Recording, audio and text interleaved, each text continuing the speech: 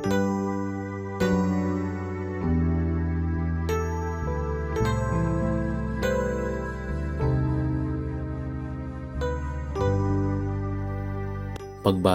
mula sa Aklat ng Mga Bilang. Noong mga araw na iyon, ang Panginoon ay bumaba sa anyo ng ulap at kinausap nga si Moises. Ang 70 matatanda ay binahaginan niya ng Espiritu tulad ng ibinigay niya kay Moises.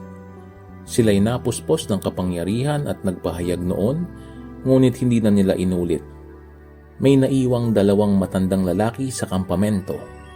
Eldad ang pangalan ng isa at yaong isa'y Medad. Tinawag silang kasama ng 70, ngunit hindi sumama. Gayunman, binahaginan din sila ng Espiritu ng Panginoon, kaya sila'y nagpahayag na roon. Nakita pala sila ng isang binata at patakbo itong nagpunta kay Moises. Sinabi niya, sina Eldad at Medad ay nagpapahayag sa kampo. Dahil dito, sinabi ni Joshua na anak ni Nun at katulong ni Moises, bakit di ninyo sila sawayin? Ngunit sinabi ni Moises, nangangamba ka bang ako'y mababawasan ng karangalan? Mas gusto ko ngang maging propeta ang lahat ng Israelita at mapuspos ng Espiritu ng Panginoon. Ang salita ng Diyos. Salmong tugunan, ang atin pong itutugon, ating kabutihat lugod ay nasa loobin ng Diyos. Ang batas ng Panginoon ay batas na walang kulang. Ito'y utos na ang dulot sa tao ay bagong buhay. Yaong kaniyang mga batas ay mapagtitiwalaan, nagbibigay ng talino sa pahat ng kaisipan. Ating kabutihat lugod ay nasa loobin ng Diyos. Yaong paggalang sa poon ay marapat at mabuti, isang banal na tungkulin, naiiral na parati. Pati mga hatol niya'y matuwid na kahatolan. Kapag siya ang humatol, ang pasya ay pantay-pantay.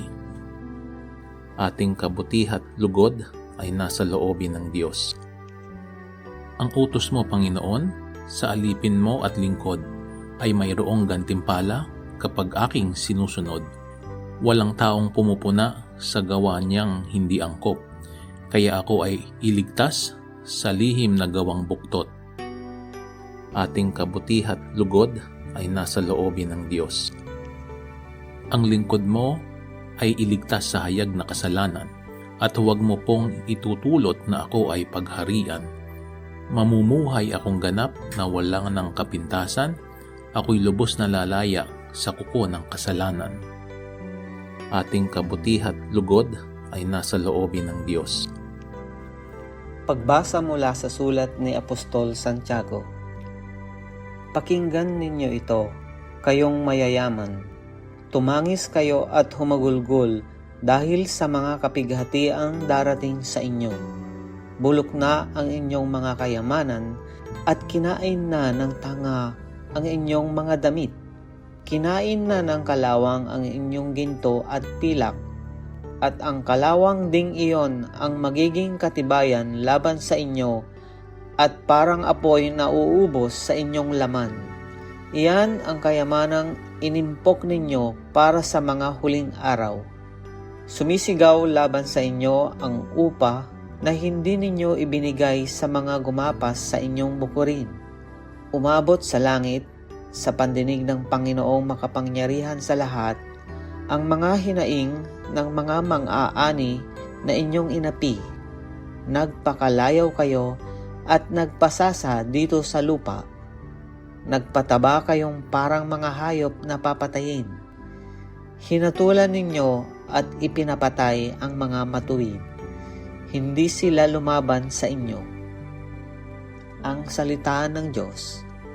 Salamat sa Diyos.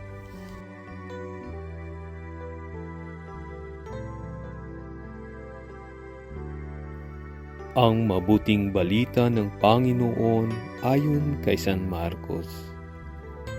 Noong panahong iyon, sinabi kay Jesus ni Juan, Guro, nakakita po kami ng isang taong nagpapalayas ng mga demonyo sa pamamagitan ng pangalan mo, at pinagbawalan namin sapagkat hindi natin siya kasamahan.